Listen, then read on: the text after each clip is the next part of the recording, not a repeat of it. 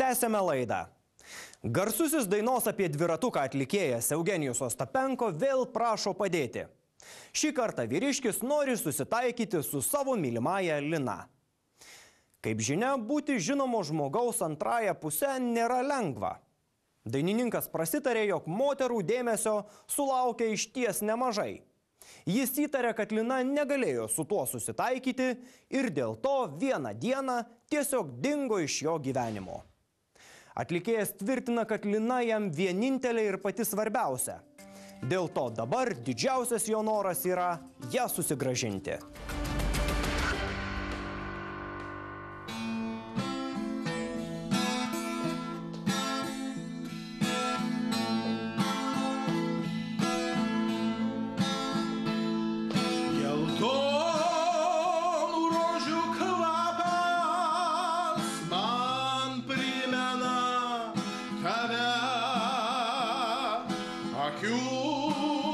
Žaliųjų skausmas, kaip jūros giluma, ko nori, ko nenori, suprasti per sunku. Vėl laikrodžiai sustojo, tave aš vėl girdžiu. Vėjas pučia, pučia, pučia, pučia, neša ašaras labai toli. Nori apie savo meilę verkti, nors ir ašarų jau neturi. Eugenijau, suprantu, koncertuoji, renginių visokių turi, bet nugi žinai, moterim tai smalsu, svajonių jaunikių vis mažėja ir mažėja, tai dar tu turi tą statusą, ar visgi slepi kažkokią antrą pusę? Su antrą pusę apgailestauju, visai nesenai išsiskyrėm, visai nesenai. Nu va. Taip, turėjau vardu Liną. Visų pavyduolių pykčiai.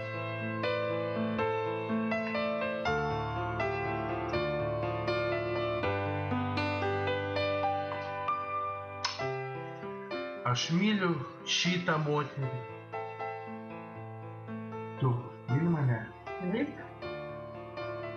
Taip, kad visi pavyduoliai, nebandykite mus išskirti. Ačiū jums. Susirašinėjom gal 2 ar 3 metus. Susirašinėjom ir labai gražiai. Paskui susipažinom, susitikom ir vienu žodžiu, taip sakant, dėl ko išsiskyrėm ir visai nesenai išsiskyrėm, užpavydėjo mane prie mano pažįstamos. Labai užpavydėjo. Aš bandžiau susigrąžinti ją, gal kokią savaitę bandžiau. Bet visą savaitę buvo nervų kankinimas tiesiog. Bandžiau aiškinti, kad negalima tikėti, tu turi žinoti, kad aš esu vis tiek žinomas žmogus. Ir kad negalima tikėti ten tokiais dalykais, ten kažkokia moteris ten, nežinau iš kur, pasakė, kad aš neva esu pas ją. Tai dabar viskas laisvas, ar ieškai kokios nors, ar... Tai siūlasi per Facebooką, rašo taip gražiai tokius žodžius gražius. Eugenijus, mylimukas, tu man toks mielas, galima su tavim susitikti, pastoviai rašo kiekvieną dieną per Facebooką. Susitinki? Ne, nesusitinku. Kodėl? Aš vienas, o moterų norinčių susitikti daug. Be to bijau biškę eilinį kartą apsidegti. Ir aplamai, Facebookas yra Facebookas, aš atvažiuosiu ten, nežinau, kas ten aplamai bus. Bet taip, Eugenijau, visgi metuose nepaslaptis, kaip sakoma, ir jubiliejai artėja, ir jau apie šeimą reikia galvoti, užtenka čia, kaip sakoma, moterų už nosies vedžioti, kaip sakoma, jau viską susiimk, gana?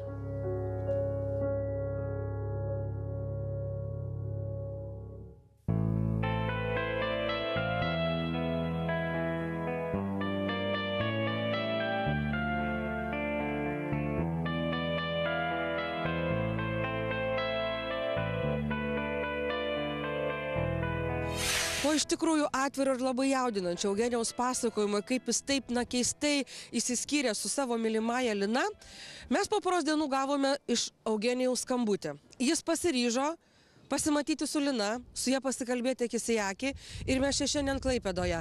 Ir čia pat yra Eugenijus, kuris netgi nupirkęs gėlių, nusprendė su mūsų laida važiuoti pas Liną. Eugenijau, labas, tai drąsu ir iš tikrųjų esu nustebusi, negalvojau, kad sulauksiu tavo skambučio ir pasiryžimo būtent susigrąžinti mylimąją. Kodėl pasiryžai? Pasiryžau todėl, kad noriu gražinti ją, nes aš ją myliu labai, aš noriu ją gražinti atgal. Noriu, kad mes būtumėm kartu. Išsiskyrėm, taip išėjo, kad išsiskyrėm, internetu išsiskyrėm. Internetu susipažinot ir internetu išsiskyrėt? Taip išėjo. Išėjo taip, kad internetu išsiskyrėm. Kuo tau labiausiai strigusi nuo kitų moterų? Kad visgi tu nori turėti šalia savęs ją, kuo jinai išskirtinė? Išskirtinė, kai mes realiai, reiškia prieš tai mes gal 2-3 metus bendravom internetu Facebook'e, po to, kai realiai susipažinom, jinai atėjo svečius, aš pajutau nuo jos tokį pozityvą. Pozityvą, tokią teigiamą, pozityvę, gerą energiją, tokia, tokia, supranti, labai švelni tokia energija, nuo josai toks švelnumas kažkoks. Ilgiesi Linos, tau jos trūksta, tu kankinies. Noriu, kad jinai grįžtų, taip sakant, ir mes būtumėm kartu. Aš planus savo turėjau, aš turėjau tokius planus, kad ateityje, taip galvojau, kad mes net kartu gyvensime. Trūksta tų pasimatymų, trūksta bendravimo su ją, trūksta jos šiltumo, tų visų jos šilumos trūksta. Kaip suprantu, tu Liną myli. Myliu jo. Važiuojam ieškoti Linos, važiuojam iki namo ir bandysim rasti, kur jinai gyvena. Kaip gyvenime jau būna, susitikę net ir šypseną pamirštam. Taip gyvenime jau būna, išsiskyrė akis, pažvelgt nedrįstam. Kaip dažnai tiesiog nematom liūdesio akių pas tuos, ką mylim. Ta, kuris supras ir džiaugsis ir verks su tavimi. Dalinkit moterim gėles, dalinkit šypsenas laimingas, dalinkit moterim eiles, atleiskit jų klaidas ydingas. Labas, Lina. Labas. Linutė, aš labai tave myliu. Nesupratau. Ką tu nesupratai, kas skambina? Kas čia skamba? Eugenijus skambina. Malonu, kad prisiminė. Oi. Kažkas man čia skambinėja, aš išjungsiu telefoną savo. Kaip tu gyveni? Po truputį. Po truputį. Jau. Tai gal kažkaip taip išsiskyrėm, kažkaip taip nesupratau nei priežasčių, nei ką, žinok, per tą internetą. Aš noriu su tavim susitikti ir pašnekėti realiai.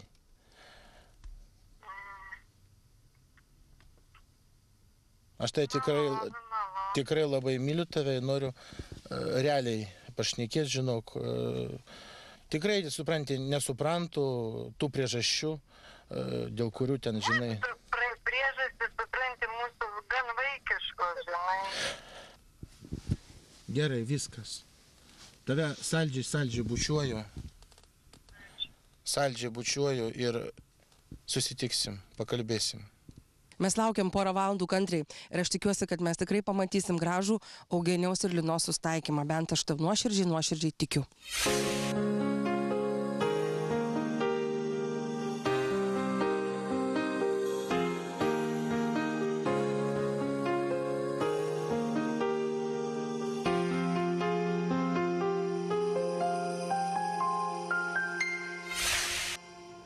Na ką tik paskambino Eugenijus, pasakė, kad viskas gerai, laukia mūsų ir mes užfiksuosim tą istorinį faktą, kuomet Eugenijus susitaikė su Lina ir jų gyvenimas prasidės iš naujo, ilgai laimingai.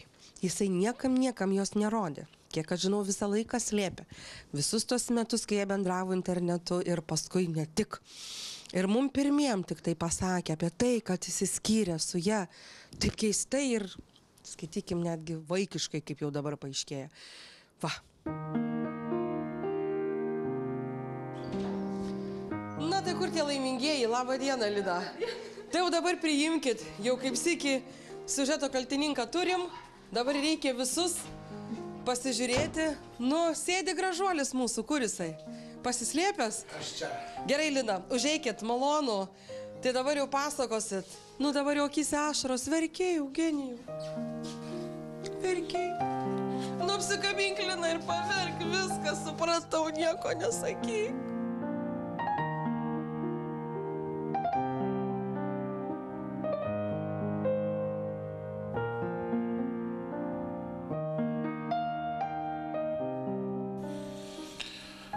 Nu tai galvojau, bijojau tiesiog, palauk, biškį aš tas man praeis tas kalbėsiu. Dažnai verkia. Paverkia, ne, Lina? Būna visko.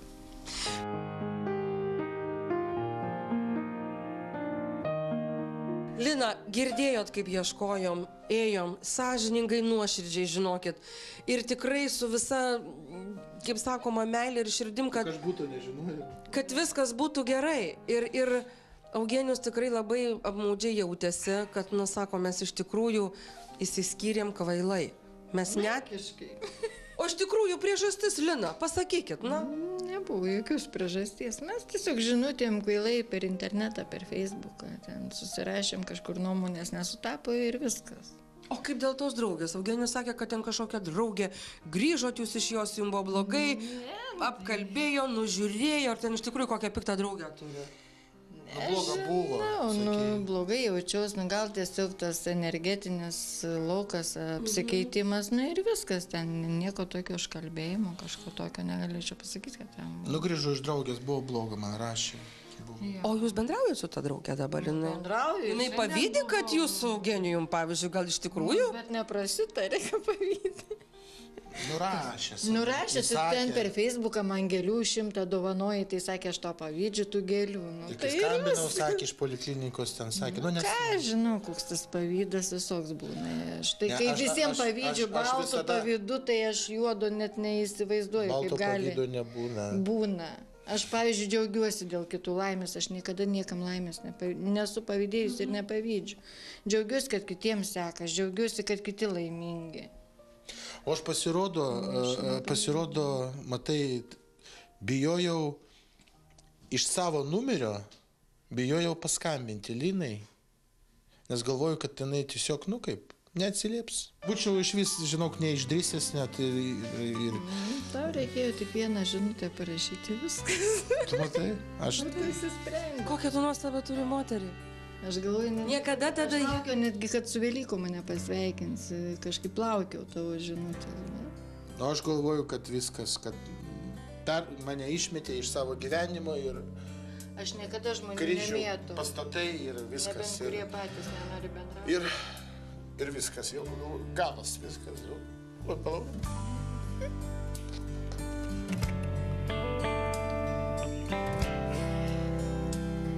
Kokie jūs jam brangiai įsivaizduojat? Geras žmogus yra Eugenijus. Tik tie vyrai verkti.